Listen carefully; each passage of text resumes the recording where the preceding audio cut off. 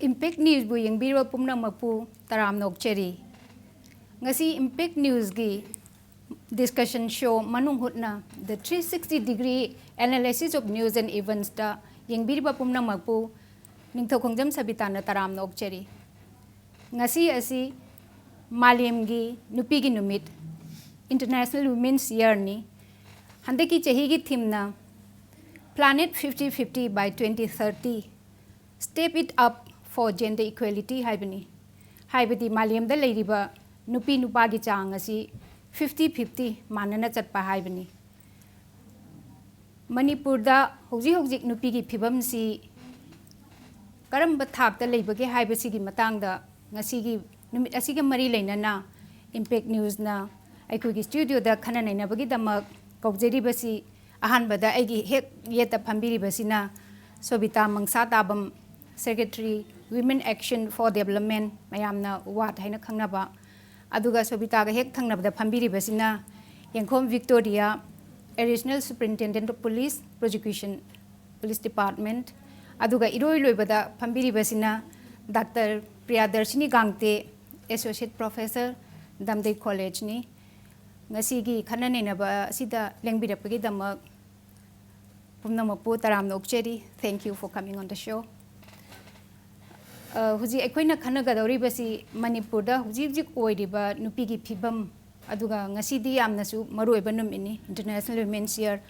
aduga numit asida hairi basi karino haibada nupi haibasi gi mokhoi ambition khangbiyu adigi moigi gender balance adi nupa ga nupi ga chap manana leadership thong magi participation si khangbiyu aduga nupi ga nupa ga gi khenabase masi respect su tawbiyu aduga value su pibiyu haibani ada haibagi matang sidai sida Manipur si nupi gi thak si pangnem nemde mayamna khanabada akhoi su dum yai masidi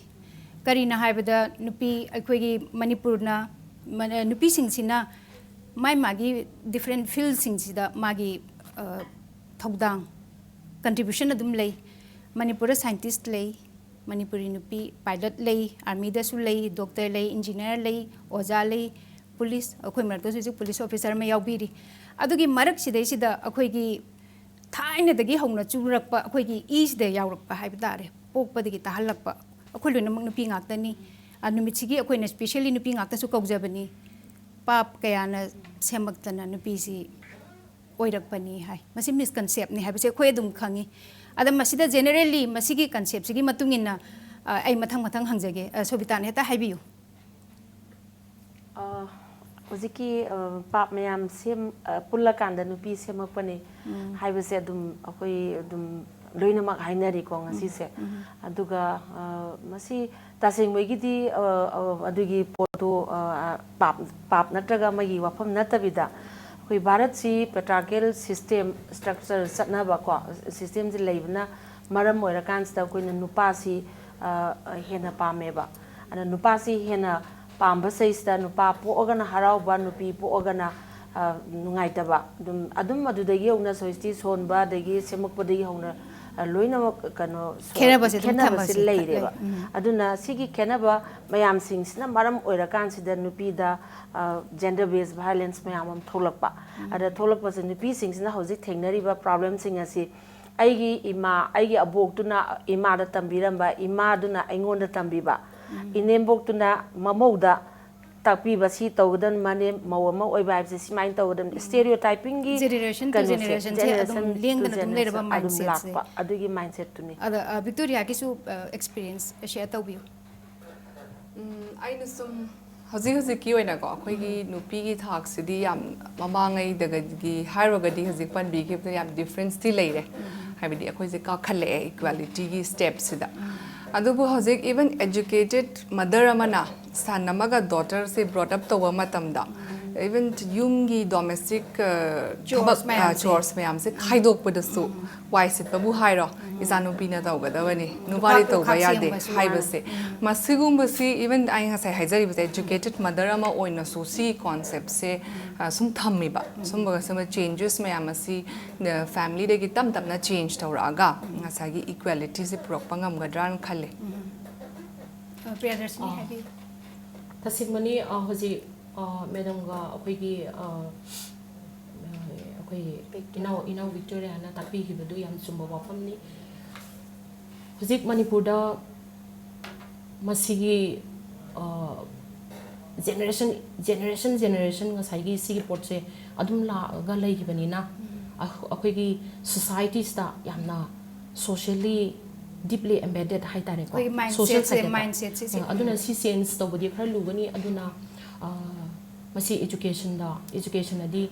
ꯇꯦꯛꯁꯀꯨꯝꯕ ꯀꯨꯔꯤꯀꯨꯂꯝꯒꯨꯝꯕꯗ ꯅꯠꯇꯅ ꯌꯨꯝꯗꯒꯤ ꯉꯁꯥꯏ ꯑꯩꯈꯣꯏ madam ꯍꯣꯏꯅꯁꯨ ꯏꯕꯦꯟꯅ ꯍꯥꯏꯔꯛꯄ ꯑꯗꯒꯤ ꯑꯗꯨꯅ ꯍꯥꯏꯔꯛꯄ outside and insight ꯍꯣꯝꯗꯀꯣ ꯃꯁꯤꯒꯤ ꯄꯣꯠꯁꯤ ꯐꯖꯅ ꯆꯦꯟꯖ ꯇꯧꯅꯅꯕꯁꯤ ꯇꯝꯕ ꯑꯃ ꯃꯊꯧ ꯇꯥꯏꯌꯦꯅ ꯑꯩꯗꯤ ꯍꯥꯏꯖꯅꯤꯡꯉꯤ ꯑꯗꯨꯒ ꯑꯇꯣꯞꯄ ꯑꯃꯅ ꯑꯩꯈꯣꯏꯒꯤ ꯋꯥꯔꯜ ꯏꯀꯣꯅꯣꯃꯤꯛ ꯐꯣꯔꯝꯁꯤꯅ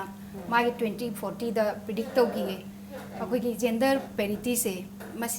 ꯃꯁꯤ ꯀꯩꯅꯣꯅꯤ ꯃꯣꯏꯒꯤꯁꯤ ꯆꯥꯎꯈꯠꯄ ꯂꯝꯁꯨ ꯌꯥꯎꯔꯦ ꯑꯗꯨꯒ ꯑꯩꯈꯣꯏꯒꯤ ꯃꯅꯤꯄꯨꯔꯒꯨꯝꯕꯗꯗꯤ ꯃꯣꯏꯅ ꯑꯗꯨ ꯍꯥꯏꯕꯒꯤ ꯋꯥꯅꯤ ꯃꯗꯨꯃꯛꯀꯤ ꯁ꯭ꯇꯗꯤꯗꯨꯃꯛꯇꯤ ꯌꯧꯔꯝꯗꯧꯕ ꯃꯥꯟꯗꯦ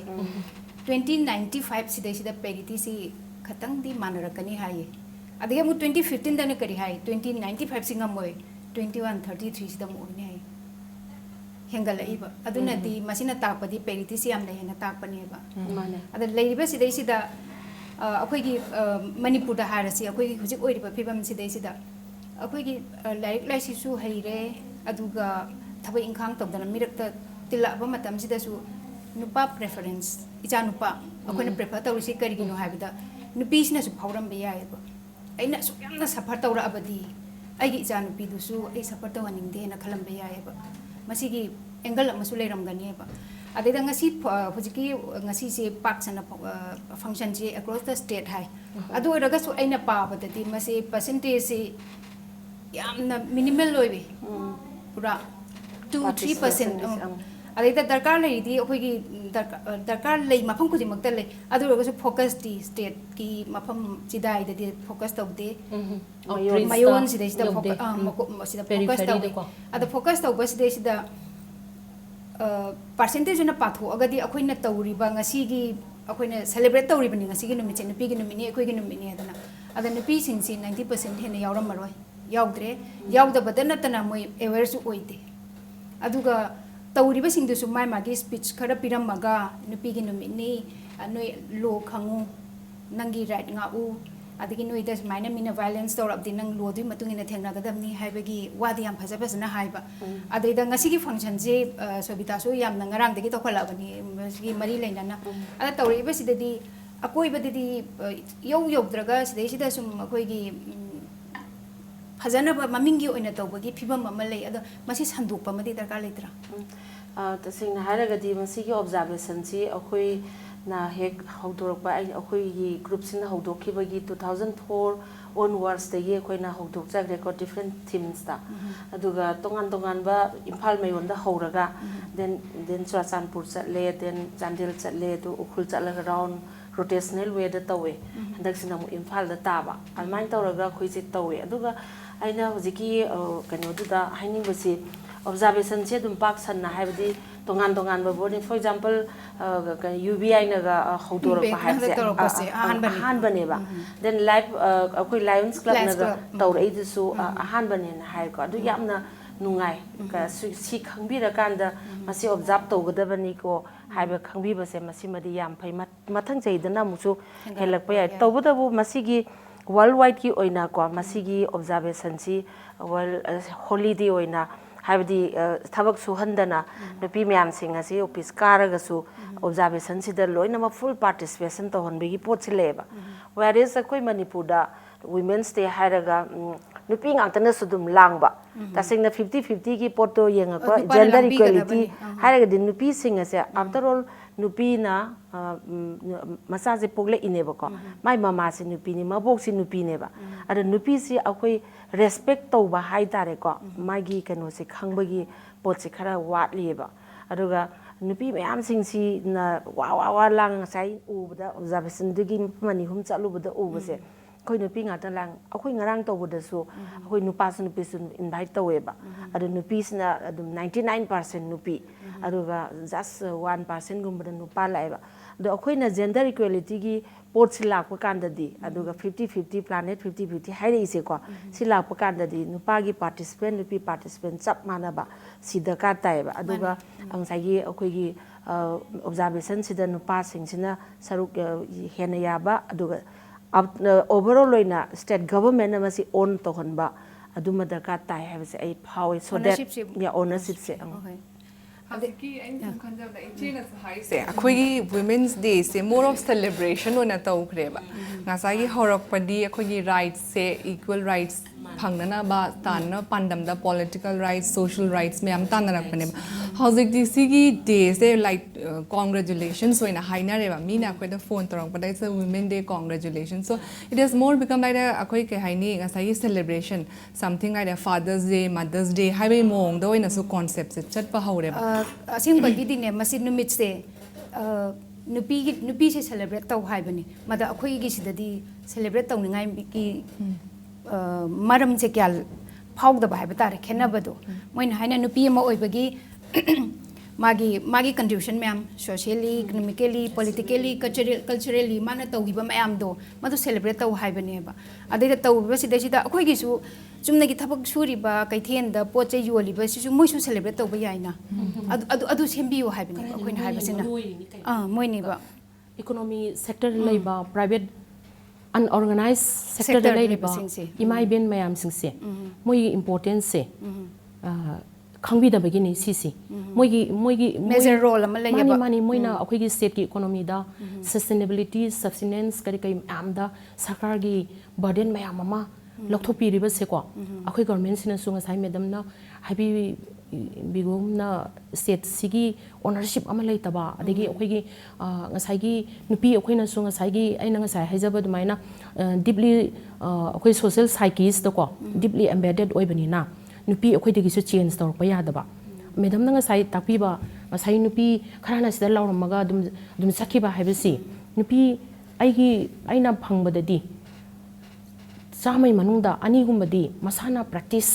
akhoi madam su ko masan pa se nang sak thongga dobani adi akhoi na su nupi nupa khaidana sak thongba nupi gi khangde nupai khangde nupi na su haiba nupa gi thabak tu adi nupi na su equally mabani se ani maki importance haiba tare ko sigi matang se kanum ta haijage sigi question je kanu da victoria da thamjage akhoi gi manipur se mayam na di yamna tangdu leita da ba yam asmaina hujik se yamna sigi tamsi yam sije ne manipur se sakta pa matam da akhoi gi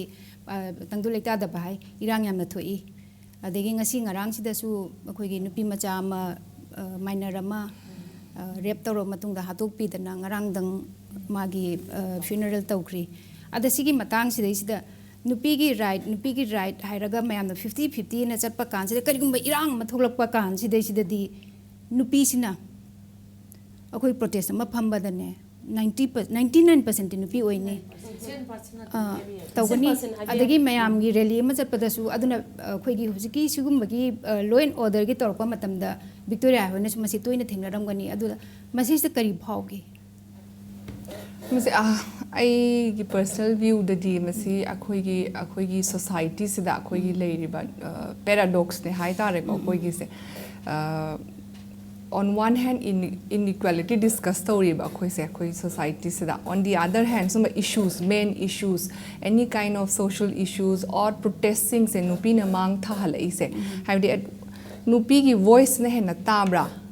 sida akhoi na khana dori se ko ar nupa se ga nupi se ga demand ama tawbada karamba migi na karamba ta gender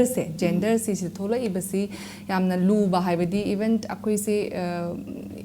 aina exactly point to jaba ngamjadraga so sida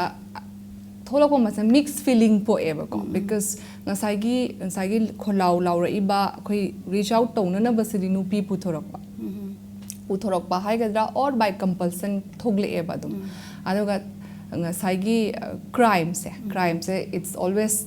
nupane ba yam summa ngasagi rape ki to accusing se sina nupa na akhoi nupa so thola aga nupa se na akhoi nupa se gi thola I base kari problem no khono ha base sagi madam sang kano na panbi hi dune nupa su yausala aga masida discussion tawraga or issue any kind of protest so moi su yaura aga di ngasai je akhoi gi nupa na tawriba problem se nupa na su understand tawri adoga akhoi cross check tawnari haibagi amasu pogla agadi madu successful oigadra na khale ayama nupi sing sina inthok pa se daita se aduna akhoi 100% successful oidaba su ite sizu ama akhoi yengningai neng khale any kind of participation se women folk na sum tawba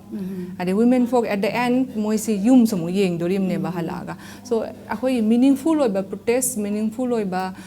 dharna nungbi phamba matam se si equally men participation darkar lay na khale aduna aina kari phauge en khalagadi yes at the same time you akhoi yam chawthokningai ne nupi thogla aga mayok na na ba thogla ibase at the same time nupa singi role li kadai no haibase akhoi hangbam thoye ase kitang supplement tawge seisida akhoi gi ayamba matamda ansai sifai thengnabo oiro naharon thengnabo oiro ko aigi ipuroiba aigi jak protect tawnabai damukta akhoi se dum masada gi su dum inborn oina akhoi se dum front tholakpai gi pot sidi adum mai horon degi adum leirakpra haibegi pot simaleba pilan sagin adubu pilan khatanate akhoi gi jani ga dilugi laisna degi horaga ko lais panthoibi leigre laisna leire adegi pithet leima leire ko adegi akhoi gi nenthoi ngambi leire adegi kumudini leire adegi akhoi kurangana yenni asam gi kainoma ka luidana ko moigi sarkar ka ningthorel kano se pura kai ga dose magi kano akhoi sidanga si ima mayamna tawriba mayam se moi mayam ge akhoi inborn quality haiba tare madam haibi yani leiba ko sigi khudong chaba se ngasai gi phare adugi potu di adubu when ngasai gi table talk amma ko negotiating gi negotiation gi pot si lakpa matam sai de nupi sing si moisu dumagi yawning ba ko ma hotnarori ba cheluri ba dugi makha tabada chief minister unadore har example loina ari kana gumba kano group ngasai gi chawbang unadore ba sai matang ji yor kan khoi tawragi haraga nupi sing ji yahonde ba tasaina nupi sing je akhoi ngamoi yawroi haiba natte ba ado sigi part si sidaida nupa sing sin yam hai singna tackle tawba hai tare ko masi part si hando aga akhoi si 50-50 nupi noina move tawrure aduna akhoi collect leidana ko jointly akhoi tawba amada ka tai haibasi makhoi gi site gi phauhan ba mindset hai tare ko du change tawba amada ka tai nupa na loina ma hena singba sunate ba there are many women my nupa degi mana hena kari hani potential oiba talented oiba ko mayam leitab nate ba adubu ngasai gi khoigi male domination society sida nangna phana singaga jo ai nupa ne aina haibe ingadabni haibegi concept ama leibane ba ado sigi pot se khoi lokthokpa ma da ka ta aduna gender issues se from the very beginning of childhood tegi hona family degi hona aina aigi isa si hek polokpa matam supposing ma ai husband haira se ko mana chakhumda adum chak thongba khotpa se adum thongbanina aina thongba man thong kaisum khanadre mana chakhumda chak thongbanina ai sa nupa singse mai matung ilaga mapan tawdo dum inkhiyeba aina khaktana sum thongaga leiraba mapa se thongdaba adu tadi ai sa nupi dun ai matung adum indoineba ada ai sa nupi do ai matung indre hoji chak thongba tawdreba hoji kyan gi kano haidai ko ado isa nupa singdu di adum chakhumda dum lei fi dum sui lai du adum katle mase isa degi engon degi ko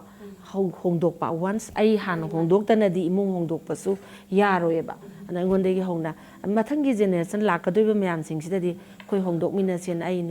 nupi myam da su haizaningi nupa singda su haizani gender equality si akhoi gi matamda akhoi gi lifetime haiba tare ne sida yoba ngamgadra ngamoidra haiba du gi khandraga su khonaba madi darkar lei aduna break ki matungda akhoi amuk lakjarake matang te break amuk talojagi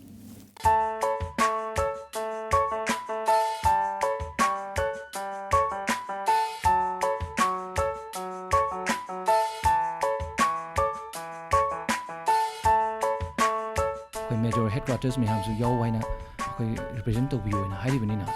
It's a boon for our state. We have to definitely join it.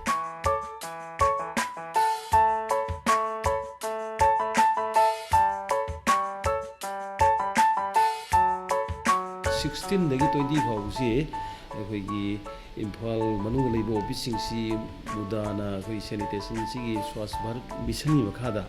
masi akhoi kano makha ranking am pi ne ana si lai participate tawjagani akhoi hanan leijariba infrastructure lei singsia si akhoi dum luna nan maintain tawba ngamni ana enu khanjai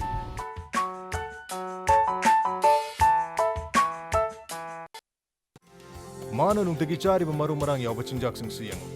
Masin hakchang ki pangal am liver sohan batana tana. Pok naba acidity cha batum dabana chingba kya nar kriya. Imana pirak hakchang am thukna hidak lai risidi lipse. Namana ba singa nungtiri party. Sanga cha drabadi sukya magya drabra. Adum na khang dramale. Masina puk naba thinbagi awa ba thohan bayai. Lipse am tegi cha bana acidity cha batum daba khong ha ba ya daba phali. Adu chak su lamale. Liver bu farabadi punsi su super hit oire.